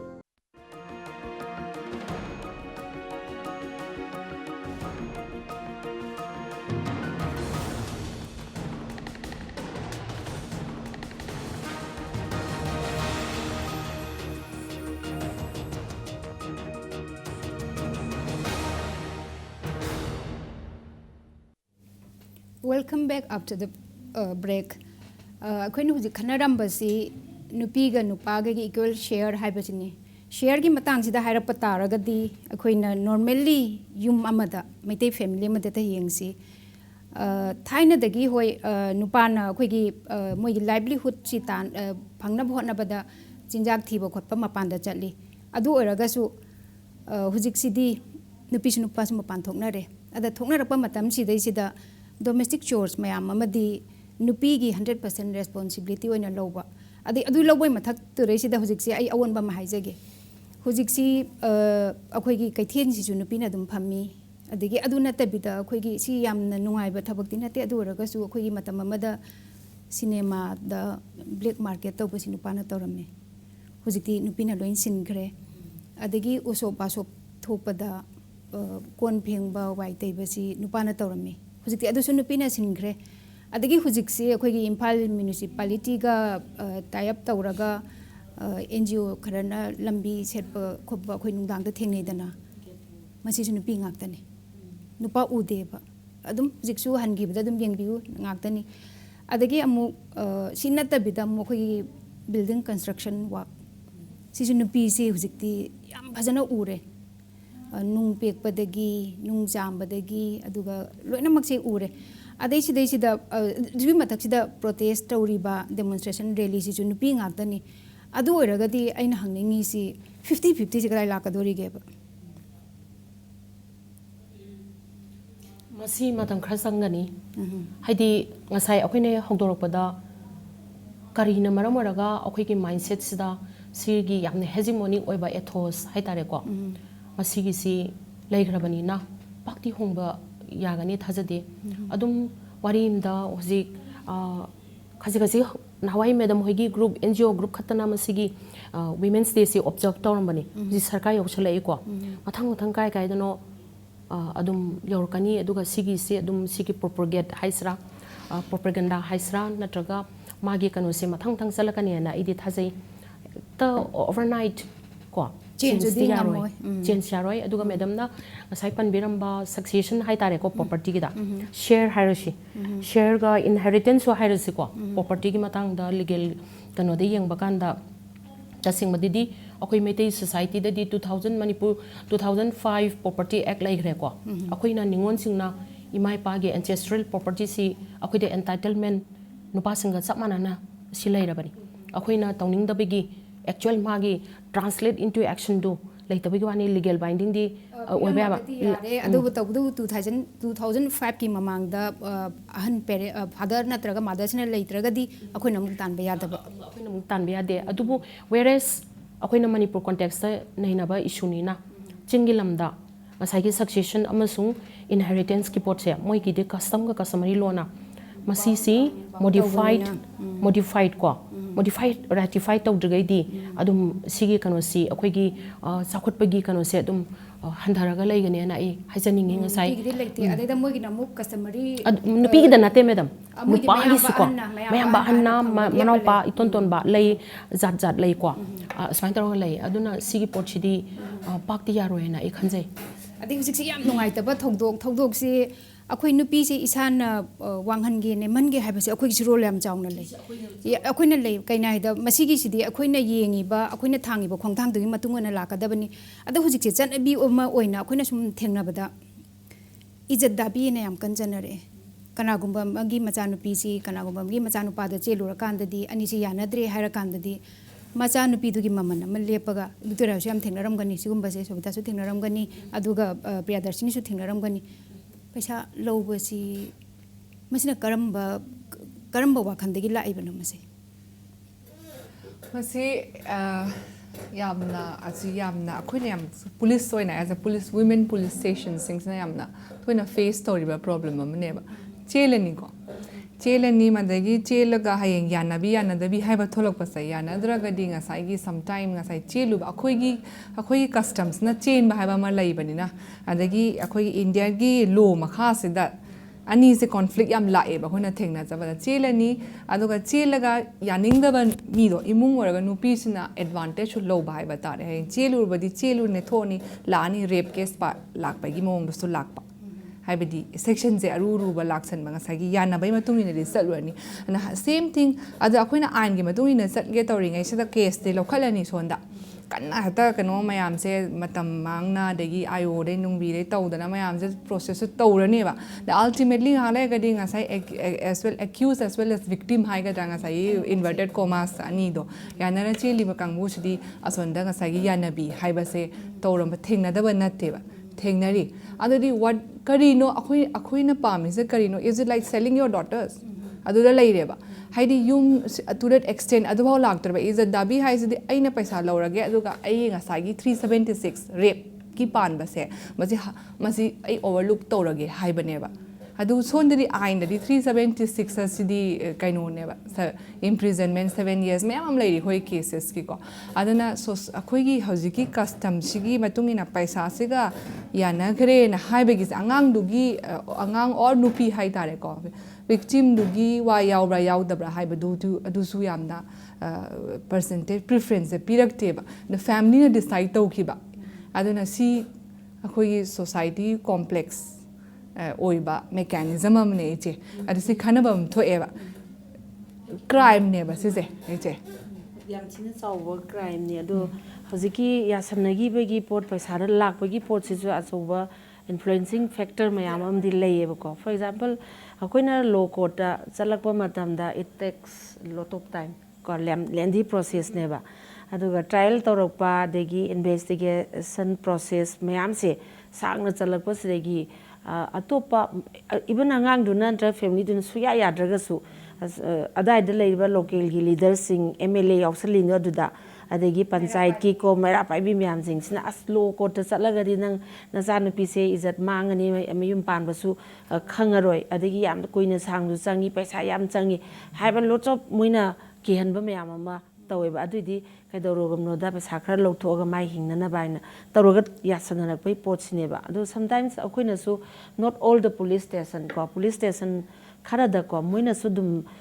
ꯉꯁꯥꯏꯒꯤ ꯚꯤꯛꯇꯤꯝꯗꯨꯒ ꯐꯦꯃꯤꯂꯤꯗꯨꯅꯗꯤ ꯄꯩꯁꯥꯁꯦ ꯁꯨꯛꯂꯧ ꯂꯧꯔꯣꯏ ꯑꯩꯒꯤ ꯏꯖꯠ ꯃꯥꯡꯍꯜꯂꯕꯅꯤꯅ ꯃꯥꯅ ꯑꯇꯣꯞꯄꯗꯁꯨ ꯑꯃꯨꯛ ꯍꯟꯅ ꯃꯥꯡꯍꯟꯗꯅꯕ ꯃꯥꯕꯨ ꯑꯩꯈꯣꯏ lesson ꯑꯃ ꯇꯝꯕꯤꯕ ꯃꯥ ꯖꯦꯜꯗ ꯄꯤꯕ ꯄꯥꯝꯃꯦꯅ ꯀꯟꯅ ꯌꯦꯠꯅꯔꯒꯁꯨꯀꯣ ꯑꯗꯨꯝ ꯃꯇꯝꯁꯦ ꯈꯥꯏꯔꯒ ꯑꯗꯨꯝ ꯅꯦꯒꯣꯁꯤꯌꯦꯇꯤꯡ ꯇꯦꯕꯜꯁꯤꯗ ꯅꯥꯀꯜ ꯑꯅꯤꯁꯤ ꯇꯧꯔꯒ ꯁꯦꯟꯗ ꯑꯗꯨꯝ ꯌꯥꯁꯟꯅꯕ ꯃꯇꯝ ꯆꯪꯉꯦ ꯑꯗꯣꯝꯗꯒꯤꯁꯨ ꯏꯟꯐ꯭ꯂꯨꯌꯦꯟꯁ ꯇꯧꯔꯛꯄ ꯌꯥꯎꯗꯕ ꯅꯠꯇꯦꯀꯣ ꯅꯣꯠ ꯑꯣꯜ ꯗ ꯁ꯭ꯇꯦꯁꯟ ꯀꯣ ꯁꯝ ꯀꯦꯁꯦꯁ ꯌꯥꯎꯋꯤ ꯑꯗꯨꯅ ꯁꯤꯒꯤ ꯐꯦꯛꯇꯔꯁꯤꯗꯤ ꯑꯗꯨꯝ ꯑꯩꯈꯣꯏꯒꯤ ꯂꯩꯔꯤꯕ ꯂꯣ ꯀꯣꯔꯠꯀꯤ ꯌꯥꯝ ꯁꯥꯡꯅ ꯄ꯭ꯔꯣꯁꯦꯁ ꯆꯪꯉꯛꯄ ꯑꯗꯒꯤ ꯈꯨꯗꯝ ꯑꯣꯏꯅ ꯆꯤꯡꯒꯤ ꯗꯤꯁꯇ꯭ꯔꯤꯛꯇ ꯍꯥꯏꯔꯁꯤꯀꯣ ꯇꯃꯦꯡꯂꯣꯡꯒꯤ ꯍꯧꯖꯤꯛ ꯀꯣꯔꯠ ꯂꯩꯇꯦ ꯑꯗꯒꯤ ꯆꯥꯟꯗꯦꯜꯒꯤꯀꯣ ꯑꯗꯨ ꯇꯧꯔꯛꯄ ꯃꯇꯝꯁꯤꯗ ꯂꯣ ꯀꯣꯔꯠ ꯆꯠꯄ ꯍꯥꯏꯕꯗꯤ ꯑꯆꯧꯕ ꯆꯍꯤ ꯃꯅꯨꯡꯗ ꯑꯃꯨꯛ ꯂꯥꯛꯄꯗ ꯍꯣꯜ ꯃꯥꯒꯤ ꯁꯥ ꯁꯟ ꯊꯥꯗꯣꯛꯑꯝꯗꯣꯏꯅꯤ ꯂꯩꯗꯅꯀꯣ ꯂꯥꯛꯄ ꯉꯝꯗꯦꯕ ꯑꯗꯨꯅ ꯀꯩꯗꯧꯔꯨꯒꯝꯅꯣ ꯁꯤꯗꯗꯤ ꯆꯥꯟꯗꯦꯜ ꯔꯤꯀꯣꯔꯗꯇꯤ ꯂꯩꯔꯦ ꯁꯣꯔꯤ ꯇꯃꯦꯡꯂꯣꯡꯒꯤꯀꯣ ꯍꯥꯟꯅ ꯂꯩꯇ꯭ꯔꯤꯉꯩꯒꯤ ꯋꯥꯔꯤꯅꯤꯀꯣ ꯀꯣꯔꯠꯄꯨꯗꯤ ꯑꯌꯥꯝꯕ ꯀꯩꯅꯣ ꯇꯧ ꯇꯃꯦꯡꯂꯣꯡꯒꯤꯗꯤ ꯍꯧꯖꯤꯛ ꯂꯩꯇ꯭ꯔꯤꯕꯀꯣ ꯑꯗꯨꯅ ꯑꯁꯣꯝ ꯅꯥꯀꯟꯗꯒꯤ ꯂꯥꯛꯄ ꯑꯔꯥꯞꯄꯒꯤ ꯂꯥꯛꯄ ꯃꯌꯥꯝꯁꯤꯡꯁꯤꯗꯤ ꯌꯥꯝꯅ ꯋꯥꯔꯤ ꯑꯗ ꯏꯚꯟ ꯗ ꯀꯁꯇꯃꯔꯤ ꯂꯣꯅꯁꯨ ꯌꯥꯝ ꯆꯥꯎꯅ ꯊꯣꯛꯄ ꯌꯥꯔꯣꯏ ꯅꯪ ꯀꯁꯇꯝꯒꯤ ꯋꯥꯡꯃꯗ ꯆꯠꯂꯒꯗꯤ ꯄꯦꯅꯥꯜꯇꯤ ꯑꯃꯨꯛ ꯄꯤꯌꯦꯕ ꯑꯩꯈꯣꯏꯗ ꯗꯣꯃꯦꯁꯇꯤꯛ ꯚꯥꯏꯂꯦꯟꯁ ꯀꯦꯁ ꯃꯌꯥꯝ ꯑꯃ ꯂꯥꯛꯈ꯭ꯔꯦꯀꯣ ꯑꯗꯣ ꯀꯦꯁꯇꯨꯕꯨꯗꯤ ꯃꯥ ꯁꯛꯁꯦꯁ ꯑꯣꯏꯔꯒ ꯂꯩꯔꯤ ꯑꯗꯨꯕꯨ ꯃꯉꯣꯟꯗ ꯌꯦꯡꯕ ꯃꯤꯠꯌꯦꯡꯗꯣ ꯑꯗꯨꯃꯗꯤ ꯃꯉꯣꯟꯗ ꯄꯦꯅꯥꯜꯇꯤ ꯃꯌꯥꯝ ꯑꯃ ꯄꯤꯈꯤꯕꯗꯣ ꯑꯗꯨꯒꯤ ꯄꯣꯠꯇꯨ ꯂꯩꯕꯅꯤꯅ ꯁꯝꯇꯥꯏꯝꯁ ꯃꯣꯏꯁꯨ ꯀꯤꯌꯦꯕ ꯀꯁꯇꯝꯁꯦ ꯑꯩꯈꯣꯏꯁꯨ ꯔꯦꯁꯄꯦꯛ ꯇꯧꯏꯀꯣ ꯀꯤꯒꯗꯕꯅꯤ ꯇꯧꯕꯇꯕꯨ ꯌꯥꯝ ꯁꯥꯊꯤꯕ ꯍꯩꯅꯁ ꯀ꯭ꯔꯥꯏꯝ ꯇꯧꯔꯛꯄ ꯀꯥꯟꯗꯗꯤ ꯀꯁꯇꯝꯁꯤ ꯈꯤꯇꯪ ꯔꯤꯐꯣꯔꯝ ꯇꯧꯕ ꯑꯃ ꯗꯔꯀꯥꯔ ꯇꯥꯏꯅ ꯑꯩꯈꯣꯏꯁꯨ ꯆꯤꯡꯒꯤ ꯀꯔꯤ ꯍꯥꯏꯅꯤ ꯂꯤꯗꯔ ꯃꯌꯥꯝꯁꯤꯡꯗ ꯑꯩꯈꯣꯏꯅꯁꯨ ꯑꯄꯤꯜ ꯇꯧꯔꯒ ꯂꯥꯛꯑꯦꯕ ꯑꯗꯨꯅ ꯉꯁꯥꯏꯒꯤ ꯄꯩꯁꯥ ꯍꯦꯛꯇ ꯂꯧꯊꯣꯛꯄꯤꯒꯤ ꯆꯠꯅꯕꯤꯁꯦ ꯌꯥꯝ ꯆꯥꯎꯅ ꯂꯩꯔꯦꯀꯣ ꯑꯗꯨꯅ ꯁꯤꯅ ꯃꯔꯝ ꯑꯣꯏꯔꯀꯥꯟꯗꯨꯗ ꯅꯨꯄꯥꯁꯤꯡꯁꯤꯒꯤ ꯋꯥꯈꯜꯂꯣꯟꯗ ꯑꯩ ꯂꯨꯄꯥ ꯂꯥꯛ ꯑꯃꯅ ꯅꯠꯇ꯭ꯔꯒ ꯑꯅꯤꯅ ꯅꯨꯄꯤ ꯑꯃ ꯑꯩꯅ ꯑꯦꯁꯣꯜ ꯇꯧꯔꯨꯔꯕ ꯁꯦꯛꯁꯨꯋꯦꯜ ꯑꯦꯁꯣꯜ ꯇꯧꯔꯕ ꯃꯇꯨꯡꯗ ꯂꯥꯛ 2 ꯄꯤꯊꯣꯛꯈ꯭ꯔꯦ ꯑꯗꯨꯗꯤ ꯑꯩ ꯂꯥꯛ 10 ꯇꯥꯜꯂꯒ ꯑꯩ ꯅꯣꯡꯃꯩ ꯇꯣꯏꯒꯟ ꯑꯃ ꯄꯥꯏꯔꯒ ꯂꯨꯠ ꯇꯧꯔꯨꯔꯒ ꯂꯨꯄꯥ ꯂꯥꯛ 30 ꯄꯥꯏꯔꯒ ꯑꯩ ꯅꯨꯄꯤ 10 ꯃꯥꯡꯍꯟꯕ ꯌꯥꯔꯦ ꯍꯥꯏꯕꯒꯤ ꯋꯥꯈꯜꯂꯣꯟꯁꯦ ꯁꯤꯁꯨ ꯂꯥꯛꯇꯕ ꯅꯠꯇꯦꯕ ꯌꯥꯝ ꯅꯥꯟꯊꯣꯛꯈ꯭ꯔꯖꯥꯠꯅꯤꯀꯣ ꯁꯨꯃꯥꯏꯅ ꯅꯥꯀꯜ ꯑꯃꯔꯣꯝꯗ ꯑꯗꯨꯅ ꯈꯦꯠꯅꯩꯅꯕ ꯆꯪꯉꯦ ꯑꯩꯈꯣꯏ ꯌꯥꯝ ꯗꯤꯐ꯭ꯔꯦꯟ ꯗꯥꯏꯃꯦꯟꯁꯟꯗꯒꯤ ꯌꯦꯡꯕꯗ ꯍꯥꯏꯕ ꯇꯥꯔꯦ ꯑꯗꯨꯅ ꯁꯤ ꯄꯣꯠꯁꯦ ꯁꯨꯃꯥꯏꯅ ꯁꯨꯝ ꯆꯠꯊꯔꯒꯗꯤ ꯁꯦꯛꯁꯨꯋꯦꯜ ꯉꯁꯥꯏꯒꯤ ꯔꯦꯞꯀꯤ ꯆꯥꯡ ꯋꯥꯡꯈꯠꯂꯛꯄꯀꯣ ꯑꯗ ꯁꯦꯝꯗꯣꯛꯀꯗꯧꯔꯤꯕ ꯑꯦꯔꯤꯌꯥꯁꯦ ꯑꯗꯨꯝ ꯂꯣꯏꯅꯃꯛ ꯌꯥꯝꯃꯦꯕ 1 part ꯅꯨꯄꯤꯒꯤ ꯚꯤꯛꯇꯤꯝꯗꯨ ꯄꯩꯁꯥ ꯂꯧꯕꯗꯨ ꯈꯛꯇ ꯑꯩꯈꯣꯏꯅ ꯎꯕ ꯌꯥꯔꯣꯏ ꯑꯩꯈꯣꯏꯒꯤ ꯍꯦꯛ ꯄꯣꯛꯄꯗꯒꯤꯅꯦ ꯅꯨꯄꯥ ꯃꯆꯥꯁꯦ ꯅꯨꯄꯤ ꯑꯃꯒ ꯅꯨꯄꯥ ꯃꯆꯥ ꯑꯃꯒ ꯌꯨꯝꯗ ꯂꯩꯕ ꯀꯥꯟꯁꯤꯗꯩꯁꯤꯗ ꯃꯆꯥ ꯅꯨꯄꯤꯁꯤꯗꯤ ꯀꯩꯅꯣꯝ ꯇꯧꯕ ꯍꯦꯛ ꯒ꯭ꯌꯥꯟ ꯍꯦꯛ ꯃꯈꯣꯡ ꯊꯥꯡꯕ ꯍꯧꯔꯛꯄꯗꯒꯤ ꯔꯦꯁꯇ꯭ꯔꯤꯛꯁꯟ ꯃꯌꯥꯝ ꯑꯃ ꯊꯝꯃꯅꯦꯕ ꯅꯪ ꯅꯨꯡꯗꯥꯡ ꯋꯥꯏꯔꯝ ꯆꯠꯊꯣꯛꯄ ꯌꯥꯔꯣꯏ ꯅꯨꯄꯤꯅ ꯅꯪ ꯑꯗꯨꯗ ꯆꯠꯄ ꯌꯥꯔꯣꯏ ꯅꯨꯄꯤꯅꯕꯨ ꯍꯥꯏꯔꯅꯦꯕ ꯑꯗꯨꯒ ꯅꯨꯄꯥꯁꯤꯅ ꯃꯥꯗꯤ ꯍꯦꯛ ꯄꯣꯛꯄꯗꯒꯤ ꯒ꯭ꯌꯥꯟ ꯂꯥꯛꯄꯗꯒꯤ ꯃꯥ ꯇꯧꯅꯤꯡꯕ ꯌꯥꯏ ꯍꯥꯏꯕꯒꯤ ꯃꯥꯒꯤ ꯋꯥꯈꯜꯁꯤꯗ ꯑꯃ ꯆꯪꯈ꯭ꯔꯦꯕ ꯑꯗꯨꯒꯤ ꯃꯁꯤ ꯇꯧꯔꯛꯄꯗꯣ ꯀꯟꯗꯤꯁꯅꯤꯡ ꯍꯥꯏꯇꯥꯔꯦꯀꯣ ꯑꯗꯨꯅꯅꯦ ꯑꯩ ꯉꯁꯥꯏ ꯃꯃꯥꯡꯗ ꯍꯥꯏꯖꯈꯤꯕꯗꯣ ꯑꯩꯈꯣꯏꯁꯦ ꯄꯦꯇ꯭ꯔꯥꯀꯦꯜ ꯁꯤꯁꯇꯦꯝꯒꯤ ꯃꯈꯥꯗ ꯂꯩꯕꯅꯤꯅ ꯅꯨꯄꯥꯒꯤ ꯃꯈꯥꯗ ꯂꯩꯗꯣꯏꯅꯦꯕ ꯅꯨꯄꯤ ꯃꯃꯥꯗꯨꯁꯨ ꯃꯥꯅ ꯑꯗꯨꯃꯥꯏꯅ ꯃꯄꯨ ꯃꯕꯦꯟꯅ ꯇꯧꯔꯒ ꯅꯨꯄꯤ ꯍꯥꯏꯕꯁꯤꯗꯤ ꯁꯨꯃꯥꯏꯅ ꯆꯠꯀꯗꯕꯅꯤ ꯁꯨꯃꯥꯏꯅ ꯆꯠꯂꯣꯏꯗꯕꯅꯤ ꯑꯗꯨ ꯑꯣꯏꯅ ꯊꯝꯈꯤꯕ ꯃꯌꯥꯝꯗꯣ ꯃꯥꯏ ꯃꯆꯥꯁꯤꯡꯗꯁꯨ ꯑꯃꯨꯛ ꯇꯧꯔꯛꯄ ꯐꯣꯔ ꯑꯦꯛꯖꯥꯝꯄꯜ ꯅꯨꯄꯥ ꯃꯆꯥ ꯑꯃꯅ ꯇꯨꯔꯒ ꯀꯞꯄ ꯃꯇꯝꯗ ꯌꯦꯡꯉꯨ ꯅꯪ ꯍꯦꯔꯣꯅꯤ ꯂꯩꯕꯥꯛ ꯀꯥꯏꯔꯦ ꯅꯨꯄꯥꯅꯕꯨ ꯀꯞꯄ꯭ꯔꯣ ꯍꯥꯏꯔꯦꯀꯣ ꯅꯨꯄꯤ ꯃꯆꯥꯅ ꯇꯧꯀꯥꯟꯗꯗꯤ ꯅꯪꯗꯤ ꯀꯞꯆꯦꯠꯄꯤꯅꯤꯅ ꯄꯦꯕꯦꯠꯅꯤꯅ ꯍꯥꯏꯌꯦꯕ ꯁꯨꯃꯥꯏꯅ ꯁꯨꯝ ꯇ꯭ꯔꯦꯟ ꯇꯧꯈꯤꯕꯁꯤꯅ ꯀꯩꯗꯧꯒꯦ ꯍꯥꯏꯕꯗ ꯍꯧꯖꯤꯛ ꯅꯨꯄꯤꯅꯁꯨ ꯅꯨꯄꯥ ꯌꯥꯝ ꯑꯣꯠꯂꯦꯕ ꯁꯤ ꯅꯨꯄꯤꯅ ꯅꯨꯄꯥ ꯑꯣꯠꯄꯁꯤ ꯁꯥꯊꯤꯖꯥꯅꯤ ꯑꯗꯣ ꯅꯨꯄꯤꯗꯤ ꯑꯣ ꯈꯣꯡꯒꯩ ꯏꯃꯥꯡꯗ ꯀꯞꯄ ꯉꯝꯃꯦꯕ ꯑꯗꯣ ꯅꯨꯄꯥꯗꯗꯤ ꯃꯥꯅ ꯉꯁꯥꯏ ꯀꯞꯄ ꯌꯥꯗꯦ ꯅꯨꯄꯥꯅꯕꯨ ꯄꯤ ꯇꯥꯕ꯭ꯔꯥ ꯍꯥꯏꯈꯤꯕꯅꯤꯅꯀꯣ ꯃꯥꯁꯦ ꯀꯞꯄꯁꯨ ꯋꯥꯔꯕ ꯑꯗꯨꯅ ꯁꯝꯇꯥꯏꯝꯁ ꯃꯣꯏꯁꯦ ꯁꯨꯁꯥꯏꯠ ꯀꯃꯤꯠ ꯇꯧꯕꯁꯦ ꯁꯨꯁꯥꯏꯗꯦꯜ ꯇꯦꯟꯗꯦꯟꯁꯤ ꯋꯥꯡꯉꯦꯀꯣ ꯃꯣꯏ ꯇꯧꯈꯤꯕꯁꯨ ꯃꯌꯥꯝ ꯌꯥꯎꯔ ꯄꯣꯠꯅꯦ ꯑꯩꯈꯣꯏꯅ ꯊꯤꯒꯠꯂꯨꯗꯕꯩ ꯋꯥꯅꯦꯕ ꯑꯗꯣ ꯑꯃꯈꯛ ꯀꯦꯁ ꯑꯃꯈꯛ ꯕꯤꯁꯦꯝꯄꯨꯔꯗꯩ ꯂꯥꯛꯈꯤꯕꯗ ꯃꯁꯛ ꯃꯇꯧꯒ ꯐꯖꯔꯒ ꯑꯆꯧꯕ ꯑꯣꯐꯤꯁꯥꯔ ꯑꯃꯁꯨ ꯑꯣꯏꯀꯣ ꯃꯥꯏ ꯅꯨꯄꯤꯁꯤꯅ ꯑꯇꯣꯞꯄ ꯅꯨꯄꯥ ꯃꯊꯪ ꯉꯥꯡꯅꯔꯝꯕꯗꯒꯤ ꯃꯥꯁꯦ ꯁꯤꯔꯒꯦꯅ ꯇꯧꯕ ꯃꯃꯥꯟꯅꯕ ꯑꯃꯅ ꯑꯩꯈꯣꯏꯒ ꯋꯥꯛ ꯇꯧꯃꯤꯟꯅꯕ ꯑꯃꯅ ꯀꯜꯂꯒ ꯄꯣꯔꯛꯑꯦ ꯑꯗꯨꯒ ꯑꯗꯒꯤ ꯑꯩꯅ ꯑꯗꯨꯝ ꯃꯥꯏ ꯀꯥꯎꯟꯁꯤꯂꯤꯡ ꯄꯤꯕ ꯑꯗꯩ ꯁꯨꯝ ꯊꯤꯒꯠꯄ ꯈꯣꯠꯄ ꯇꯧꯔꯛꯄꯗꯒꯤꯕꯨꯗꯤ ꯀꯣꯟꯊꯪꯗꯕꯨꯗꯤ ꯃꯣꯏ ꯃꯥꯅ ꯁꯣꯔꯤꯗꯪꯕꯨ ꯍꯥꯏꯔꯒꯗꯤ ꯑꯩ ꯃꯥ ꯂꯧꯁꯟꯒꯅꯤ ꯌꯥꯝ ꯅꯨꯡꯁꯤꯕꯗꯣ ꯅꯨꯄꯤꯁꯦ ꯑꯗꯨꯃꯥꯏꯅ ꯇꯧꯔꯒ ꯇꯧꯋꯦ ꯑꯗꯣ ꯃꯥ ꯀꯞꯄ ꯉꯝꯗꯅ ꯑꯩ ꯃꯥꯡꯗ ꯈꯥꯡꯕꯗꯣ ꯑꯩꯁꯨ ꯑꯗꯨꯝ ꯃꯥꯁꯦ ꯂꯩꯗꯅꯀꯣ ꯅꯨꯄꯥꯗꯤ ꯀꯞꯐꯩꯗꯦ ꯅꯥꯄꯤ ꯇꯥꯐꯗꯦ ꯑꯗꯨ ꯇꯧꯗꯦ ꯍꯥꯏꯈꯤꯕꯒꯤ ꯄꯣꯠꯁꯦ ꯁꯤꯁꯦ ꯌꯥꯝ ꯆꯥꯎꯅ ꯀꯩꯅꯣ ꯄꯤ ꯑꯗꯨꯅ ꯑꯩꯈꯣꯏꯅ ꯃꯃꯥ ꯃꯄꯥ ꯑꯃ ꯑꯣꯏꯅ ꯑꯩ ꯉꯁꯥꯏ ꯍꯥꯏꯖꯈꯤꯕꯗꯣ ꯄꯦꯔꯦꯟꯁꯇꯒꯤ ꯍꯧꯔꯒ ꯑꯩꯒꯤ ꯋꯥꯍꯩꯗ ꯋꯥꯇꯥꯗ ꯅꯨꯄꯤ ꯅꯨꯄꯥꯅꯦꯅ ꯈꯥꯏꯔꯒ ꯌꯦꯡꯉꯤꯕ ꯃꯤꯠꯌꯦꯡꯁꯦ ꯍꯦꯛ ꯇꯣꯛꯑꯕ ꯀꯣ ꯑꯩꯈꯣꯏꯒꯤ ꯖꯦꯅꯦꯔꯦꯁꯟꯗꯒꯤ ꯍꯧꯗꯣꯛꯈ꯭ꯔꯒ ꯍꯥꯏꯇꯥꯔꯦ ꯑꯩꯈꯣꯏ ꯍꯤꯡꯉꯤ ꯑꯩꯒꯤ ꯏꯁꯨꯗ ꯃꯥꯅꯦ ꯆꯞ ꯃꯥꯟꯅ ꯏꯀ꯭ꯋꯦꯜ ꯇ꯭ꯔꯤꯠꯃꯦꯟ ꯅꯨꯄꯥ ꯑꯣꯏꯒꯦꯔꯥ ꯅꯨꯄꯤ ꯑꯣꯏꯒꯦꯔꯥ ꯇꯨꯔꯒ ꯀꯞꯄꯒꯗꯤ ꯑꯩ ꯍꯦꯔꯣꯅꯤ ꯅꯪꯁꯨ ꯂꯩꯕꯥꯛ ꯀꯥꯏꯔꯦ ꯍꯥꯏ ꯀꯥꯟꯗ ꯃꯥ ꯀꯞꯄꯣꯏꯕ ꯑꯗꯣ ꯍꯧꯖꯤꯛ ꯅꯨꯄꯤꯅ ꯀꯞꯀꯗꯕꯅꯤ ꯅꯨꯄꯥꯅ ꯈꯥꯡꯒꯗꯕꯅꯤ ꯍꯥꯏꯕꯒꯤ ꯑꯩꯈꯣꯏꯅ ꯇ꯭ꯔꯦꯟ ꯇꯧꯈꯤꯕꯗꯣ ꯑꯗꯨꯒꯤ ꯄꯣꯠꯇꯨꯅ ꯅꯨꯄꯤ ꯍꯥꯏꯕꯁꯤꯗꯤ ꯅꯪꯗꯤ 2nd class ꯁꯤꯇꯤꯖꯟꯅꯤ ꯑꯩꯈꯣꯏ ꯅꯨꯄꯥꯗꯤ ꯅꯨꯄꯥꯅꯤ ꯍꯥꯏꯕꯒꯤ ꯄꯣꯠꯁꯤꯗꯒꯤ ꯖꯦꯟꯗꯔ ꯕꯦꯁ ꯚꯥꯏꯂꯦꯟꯁ ꯑꯗꯨꯗꯒꯤꯅꯦꯕ ꯉꯁꯤ ꯀ꯭ꯔꯥꯏꯝ ꯃꯌꯥꯝ ꯑꯃ ꯍꯦꯟꯒꯠꯂꯛꯄ ꯇꯧꯔꯤꯁꯤ ꯅꯥꯀꯜ ꯑꯃꯗ ꯀ꯭ꯔꯥꯏꯝ ꯊꯣꯛꯏꯕꯗꯣ ꯑꯩꯈꯣꯏꯒꯤ ꯀꯩꯅꯣꯁꯤꯅ ꯁꯤꯁꯇꯦꯝꯗꯨꯅꯕу ꯑꯣꯏꯔꯒꯁꯨ ꯅꯥꯀꯜ ꯑꯃꯔꯣꯝ ꯗꯟꯗꯤꯒꯤ ꯄꯥꯔꯠꯁꯤꯃ ꯁꯨꯝ ꯋꯥꯠꯄ ꯌꯥꯝ ꯂꯩꯈ꯭ꯔꯦ ꯅꯩꯅꯅꯤꯡꯉꯥꯏꯁꯦ ꯑꯗꯒꯤ ꯃꯇꯥꯡꯁꯤꯗ ꯑꯃꯨꯛ ꯍꯥꯏꯅꯤꯡꯉꯤꯁꯤꯅ ꯑꯩꯈꯣꯏꯒꯤ 50-50 ꯍꯥꯏꯕꯒꯤ ꯐꯤꯕꯝ ꯑꯃꯗꯤ ꯂꯩꯔꯤꯀꯣ ꯑꯗ ꯍꯟꯗꯛꯁꯤ ꯅꯨꯡꯉꯥꯏꯇꯕꯁꯤ ꯃꯃꯥꯡꯒꯤ ꯆꯍꯤꯗ 2015 ꯁꯤꯗꯩꯁꯤꯗ ꯑꯩꯈꯣꯏꯒꯤ ꯃꯅꯤꯄꯨꯔꯁꯤ ꯃꯇꯝ ꯑꯃꯗꯗꯤ ꯁꯦꯛꯁ ꯔꯦꯁꯤꯌꯣꯁꯤ ꯅꯨꯄꯤꯅꯕꯨ ꯍꯦꯜꯂꯞ ꯆꯠꯂꯝꯃꯤꯕꯅꯤ ꯑꯗ 1700ꯒ ꯂꯥꯛꯑꯒꯗꯤ ꯌꯥꯝ ꯈꯦꯠꯅꯔꯦ ꯑꯗꯣ ꯃꯁꯤ ꯍꯥꯎ ꯐꯥꯔ ꯀꯌꯥꯝ ꯆꯨꯝꯃꯤ ꯂꯥꯜꯂꯤ ꯍꯥꯏꯕꯗꯨꯗꯤ ꯇꯧꯗ꯭ꯔꯒꯁꯨ खरदी लेरे लेरे ꯈꯔꯗꯤ ꯂꯩꯔꯦꯕ ꯁ꯭ꯋꯥꯏꯁꯤꯗꯅꯤ ꯑꯩꯅ ꯈꯤꯇꯪ ꯍꯥꯏꯖꯒꯦꯀꯣ ꯁ꯭ꯋꯥꯏꯁꯤꯗ ꯑꯩ ꯉꯥꯛꯇ ꯁꯨꯝ ꯄꯥꯏꯕꯁꯨ ꯅꯨꯡꯉꯥꯏꯇꯦ ꯁ꯭ꯋꯥꯏꯁꯤꯗ ꯑꯩꯅ ꯊꯝꯖꯅꯤꯡꯕꯁꯦ ꯑꯩꯈꯣꯏꯒꯤ ꯒꯕꯔꯃꯦꯟꯁꯦ ꯈꯤꯇꯪ ꯁꯦꯟꯁꯤꯇꯤꯞ ꯑꯣꯏꯕ ꯋꯥꯠꯂꯦ ꯐꯣꯔ ꯑꯦꯛꯖꯥꯝꯄꯜ ꯍꯧꯖꯤꯛꯀꯤ 700ꯒ 1000ꯒꯅꯤ 300네ꯕ ꯃꯤꯁꯤꯡ ꯇꯧꯔꯤꯁꯦ ꯅꯨꯄꯤ ꯃꯆꯥꯁꯦ ꯑꯗꯣ ꯑꯩꯈꯣꯏꯒꯤ ꯅꯨꯄꯤ ꯃꯆꯥꯁꯦ ꯍꯟꯊꯔꯛꯑꯦ ꯈꯔ ꯂꯩꯔꯒꯗꯤ ꯁꯨꯝ ꯆꯦꯛ ꯇꯧꯍꯧꯗ꯭ꯔꯒꯗꯤ ꯅꯨꯄꯤ ꯍꯥꯏꯕ ꯀꯥꯡꯂꯨꯞꯁꯦ ꯃꯨꯠꯈꯤꯗꯣꯏꯅꯦꯕ ꯄꯣꯅꯤꯗꯤ ꯃꯨꯠꯄ ꯌꯥꯗꯦꯅ ꯄꯣꯅꯤꯒꯤꯗꯤ ꯁ꯭ꯇꯦꯠ ꯄꯣꯂꯤꯁꯤ ꯁꯦꯝꯈ꯭ꯔꯦꯕ ꯑꯩ ꯉꯔꯥꯡꯁꯨ ꯄꯟꯖꯕꯅꯤꯀꯣ ꯑꯗꯣ ꯑꯩꯈꯣꯏ ꯅꯨꯄꯤ ꯃꯌꯥꯝꯁꯤꯡꯁꯦ ꯑꯩꯗꯤ ꯐꯥꯒꯤꯕꯨ ꯇꯧꯔꯦ ꯑꯗꯩ ꯑꯩꯒꯤ ꯇꯤꯝꯁꯤꯡꯗꯨꯅ ꯈꯪꯗꯦꯗ ꯃꯦꯗꯥꯝ ꯑꯩꯈꯣꯏꯁꯦ ꯄꯣꯅꯤ ꯑꯣꯏꯅ ꯑꯣꯜꯂꯁꯤꯔꯥ ꯁꯒꯣꯜ ꯑꯣꯜꯂꯁꯤꯔꯥ ꯑꯗꯨꯗꯤ ꯑꯩꯈꯣꯏ ꯄ꯭ꯔꯣꯇꯦꯛ ꯇꯧꯔꯅꯤ ꯅꯨꯄꯤ ꯑꯣꯏꯅ ꯂꯩꯔꯒꯗꯤ ꯑꯩꯈꯣꯏ ꯄ꯭ꯔꯣꯇꯦꯛꯁꯟꯁꯤ ꯂꯩꯔꯣꯏꯗꯣꯔꯦ ꯍꯥꯏꯕ ꯐꯥꯎꯕ ꯉꯥꯡꯅꯩ ꯑꯗꯣ ꯑꯦꯁꯦꯝꯕ꯭ꯂꯤꯗꯨꯗ ꯅꯨꯄꯤ ꯁꯦꯁꯟ ꯃꯅꯨꯡꯗꯨꯗ ꯀꯣ 43 ꯅꯨꯄꯤ ꯑꯉꯥꯡꯒꯤ ꯀ꯭ꯔꯥꯏꯝ ꯑꯦꯒꯦꯟꯁ ꯋꯤꯃꯦꯟ ꯑꯦꯟ ꯆꯤꯜꯗ꯭ꯔꯦꯟꯁꯦ ꯂꯩꯈꯤꯕ ꯃꯇꯝꯗꯨꯗ ꯑꯩꯈꯣꯏꯁꯨ ꯑꯗꯨꯝ ꯂꯥꯎꯏ ꯈꯣꯠꯂꯤꯀꯣ ꯈꯤꯇꯪ ꯈꯟꯅꯕꯤꯌꯨ ꯄ꯭ꯔꯣꯇꯦꯛꯁꯟ ꯇꯧꯅꯅꯕꯒꯤ ꯍꯥꯏꯕ ꯁꯤꯡꯒꯜ ꯅꯟ ꯑꯣꯐ ꯗ MLAꯁꯦ ꯑꯗꯨ ꯔꯦꯁ ꯇꯧꯗꯦꯕ ꯈꯖꯤꯛ ꯇꯤꯠ ꯇꯧꯗꯕ ꯌꯥꯗꯕꯒꯤ ꯍꯥꯏꯇꯥꯔꯦꯀꯣ ꯅꯦꯝꯁꯦꯛꯀꯤ ꯑꯗꯨꯅ ꯅꯨꯄꯤ ꯑꯉꯥꯡꯁꯤꯒꯤ ꯄ꯭ꯔꯣꯇꯦꯛꯁꯟꯁꯤ ꯌꯥꯝꯅ ꯋꯥꯠꯂꯦ ꯃꯣꯏꯅ ꯑꯟꯇꯤꯜ ꯑꯟꯂꯦꯁꯀꯣ ꯑꯩꯈꯣꯏꯒꯤ ꯂꯤꯗꯔꯁꯤꯡꯁꯤꯒꯤ ꯃꯥꯏꯟꯁꯦꯠꯁꯦ ꯆꯦꯟꯖ ꯇꯧꯗ꯭ꯔꯤꯉꯩꯗꯤ ꯁꯤꯒꯤ ꯀ꯭ꯔꯥꯏꯝꯁꯤꯁꯨ ꯑꯗꯨꯝ ꯂꯩꯗꯣꯔꯦꯕ ꯑꯅꯧꯕ ꯂꯤꯗꯔꯁꯤꯞ ꯈꯟꯕ ꯀꯥꯟꯗ ꯑꯩꯈꯣꯏ ꯀꯔꯝꯕ ꯂꯤꯗꯔ ꯈꯟꯒꯗꯒꯦ ꯍꯥꯏꯕꯁꯦ प्रजासिंꯁꯤꯅꯁꯨ ꯐꯖꯅ ꯑꯦꯅꯥꯂꯥꯏꯖ ꯇꯧꯍꯧꯕ ꯆꯪꯉꯦ ꯍꯥꯏꯅ ꯑꯩ ꯊꯝꯅꯤꯡꯉꯦ ꯁꯤ ꯃꯇꯥꯡꯗ ꯑꯩꯁꯨ ꯈꯤꯇꯪ ꯁꯄ꯭ꯂꯤꯃꯦꯟ ꯇꯧꯖꯒꯦ ꯑꯩꯈꯣꯏꯅ ꯁꯔꯀꯥꯔꯒꯤ ꯃꯥꯏꯀꯩꯗꯒꯤ ꯀꯩꯅꯣ ꯇꯧꯕꯁꯤ ꯑꯩꯈꯣꯏꯒꯤ ꯅꯨꯄꯤ ꯑꯍꯨꯝꯈꯛ ꯃꯁꯤꯡꯁꯨ ꯌꯥꯝꯗꯦꯗꯅꯀꯣ ꯂꯩꯕꯤꯔꯤꯕ ꯅꯨꯄꯤ ꯑꯩꯈꯣꯏꯒꯤ ꯔꯦꯁꯄꯦꯛ ꯑꯣꯅꯔꯦꯕꯜ MLA ꯑꯍꯨꯝꯁꯤꯅꯁꯨ ꯀꯔꯤꯕꯨꯁꯤ ꯁ꯭ꯂꯥꯏꯇꯦꯁ ꯀꯣꯟꯁꯔꯟ ꯂꯩꯇꯦꯅ ꯑꯩ ꯍꯥꯏꯖꯅꯤꯡꯉꯤ ꯍꯥꯏꯕꯗ ꯍꯥꯏꯃꯟꯕ ꯊꯣꯛꯑꯦꯅ ꯑꯩ ꯑꯗꯨꯝ ꯍꯥꯏꯖꯒꯦ ꯑꯗꯨꯒꯤ ꯃꯊꯛꯇ ꯉꯁꯥꯏꯒꯤ ꯀꯩꯅꯣꯒꯤꯗ ꯃꯤ ꯅꯦꯄꯥꯜꯗꯗꯤ ꯑꯩꯈꯣꯏꯒꯤ ꯌꯨꯅꯥꯏꯇꯦꯠ ꯅꯦꯁꯟꯒꯤ ꯁꯦꯀ꯭ꯌꯨꯔꯤꯇꯤ ꯀꯥꯎꯟꯁꯤꯜꯒꯤ ꯔꯤꯖꯣꯂꯨꯁꯟ ꯅꯝꯕꯔ 1325ꯁꯦ ꯃꯣꯏ ꯏꯝꯄ꯭ꯂꯤꯃꯦꯟ ꯇꯧ ꯑꯗꯨꯒ 180ꯁꯨ ꯀꯣ 1820 ꯑꯅꯤꯁꯤ ꯑꯃꯅ ꯑꯩꯈꯣꯏꯒꯤ ꯀꯣꯟꯐ꯭ꯂꯤꯛ ꯀꯩꯅꯣ ꯇꯧꯔꯤꯉꯩꯁꯤꯗ ꯅꯨꯄꯤꯗ ꯁꯦꯛꯁꯨꯋꯦꯜ ꯚꯥꯏꯂꯦꯟꯁꯀꯤ ꯃꯇꯥꯡꯅꯤ 1820ꯁꯤꯅ ꯑꯗꯒꯤꯗꯤ 1325ꯇꯨꯅ ꯉꯁꯥꯏꯒꯤ ꯄꯤꯁꯀ ꯀꯩꯅꯣ ꯂꯥꯛꯄꯒꯤ ꯋꯤꯃꯦꯟ ꯄꯤꯁ ꯑꯦꯟ ꯁꯦꯀ꯭ꯌꯨꯔꯤꯇꯤ ꯃꯇꯥꯡꯅꯤ ꯃꯁꯤꯒꯤꯁꯤ ꯑꯦꯛꯁꯟ ꯄ꯭ꯂꯥꯟꯗ ꯑꯁꯨꯃꯥꯏꯅ ꯇꯧꯕꯅꯀꯣ ꯃꯤ ꯅꯦꯄꯥꯜꯗꯗꯤ ꯉꯔꯥꯡ ꯅꯍꯥꯟꯁꯨ ꯃꯣꯏꯒꯤ ꯀꯣꯟꯁꯇꯤꯇ꯭ꯌꯨꯁꯟ ꯏꯗꯅ ꯏꯕꯁꯤꯗ ꯅꯨꯄꯤꯒꯤ ꯌꯥꯎꯗꯦꯅꯀꯣ ꯃꯣꯏ ꯅꯝꯗꯅ ꯈꯥꯝꯃꯤꯅꯦꯕ ꯃꯣꯏꯗꯤ ꯑꯩꯈꯣꯏꯒꯤꯗꯤ ꯃꯤ ꯄꯤꯛꯈ꯭ꯔꯕ ꯅꯦꯄꯥꯜꯗꯨꯗꯗꯤ ꯑꯗꯨꯃꯥꯏꯅ ꯇꯧꯕ ꯉꯝꯃꯤ ꯑꯩꯈꯣꯏꯒꯤꯗꯤ ꯀꯩꯅꯣꯁꯤꯡꯅꯁꯨ ꯅꯨꯄꯥ ꯃꯌꯥꯝꯁꯦ ꯀꯩꯅꯣꯅ ꯍꯥꯏꯔꯝꯃꯤ ꯑꯩꯈꯣꯏ ꯀꯣꯟꯁꯇꯤꯇ꯭ꯌꯨꯁꯟ ꯏꯕꯁꯤꯗ ꯀꯔꯤ ꯅꯨꯄꯥ ꯉꯥꯛꯇꯅ ꯏꯈꯤꯕꯅꯤꯅ ꯅꯨꯄꯤꯒꯤꯁꯤ ꯃꯃꯤꯡꯗꯒꯤ ꯑꯣꯏꯕ ꯂꯩꯇꯦꯡꯗꯒꯤ ꯑꯣꯏꯕ ꯈꯤꯇꯪ ꯁꯨꯃꯥꯏꯅꯒ ꯈꯤꯇꯪ ꯁꯣꯛꯀꯦ ꯇꯧꯕ ꯑꯗꯨ ꯈꯇꯪ ꯄꯣꯠꯁꯤ ꯑꯣꯏꯕ ꯃꯣꯏ ꯑꯦꯛꯆꯨअली ꯃꯣꯏꯒꯤ ꯀꯩꯅꯣꯁꯤ ꯌꯥꯎꯗꯕ ꯍꯥꯏꯇꯥꯔꯦꯀꯣ ꯋꯥꯗꯁꯨ ꯅꯠꯇ꯭ꯔꯦ ꯃꯁꯤ ꯑꯩꯈꯣꯏꯒꯤ ꯂꯩꯔꯝꯃꯤꯕ ꯂꯥꯏꯔꯤꯛ ꯙꯔꯃꯒꯤ ꯂꯥꯏꯔꯤꯛ ꯍꯥꯏꯔో ꯂꯣꯏꯅꯃꯛꯁꯦ ꯅꯨꯄꯥꯅ ꯏꯔꯝꯕ ꯉꯥꯛꯇꯅꯤꯅꯅꯦ ꯅꯨꯄꯤꯁꯦ ꯃꯣꯏꯅ ꯁꯦꯝꯅꯤꯡꯕ ꯃꯑꯣꯡꯗ ꯁꯦꯝꯅꯤꯡꯕ ꯃꯑꯣꯡ ꯁꯦꯝꯃꯤ ꯏꯕꯟ ꯀꯣ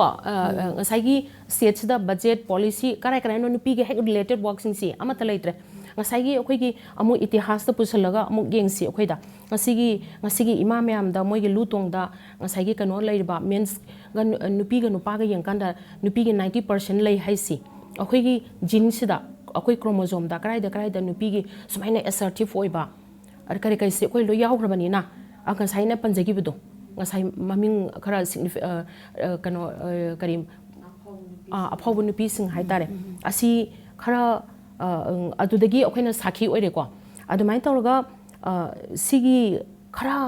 ꯃꯣꯏꯅ ꯇꯧꯔꯝꯕꯐꯥꯎꯗ ꯐꯖꯅ ꯏꯕ ꯉꯝꯗꯅ ꯍꯤꯁꯇ꯭ꯔꯤꯗ ꯋꯥꯔꯤ ꯑꯃꯗ ꯂꯤꯟꯊꯣꯏ ꯉꯝꯃꯤꯅ ꯂꯧꯔꯝꯕ ꯔꯣꯜꯁꯤ ꯊꯥ ꯅꯠꯇꯦꯕ ꯀꯩꯊꯪꯗ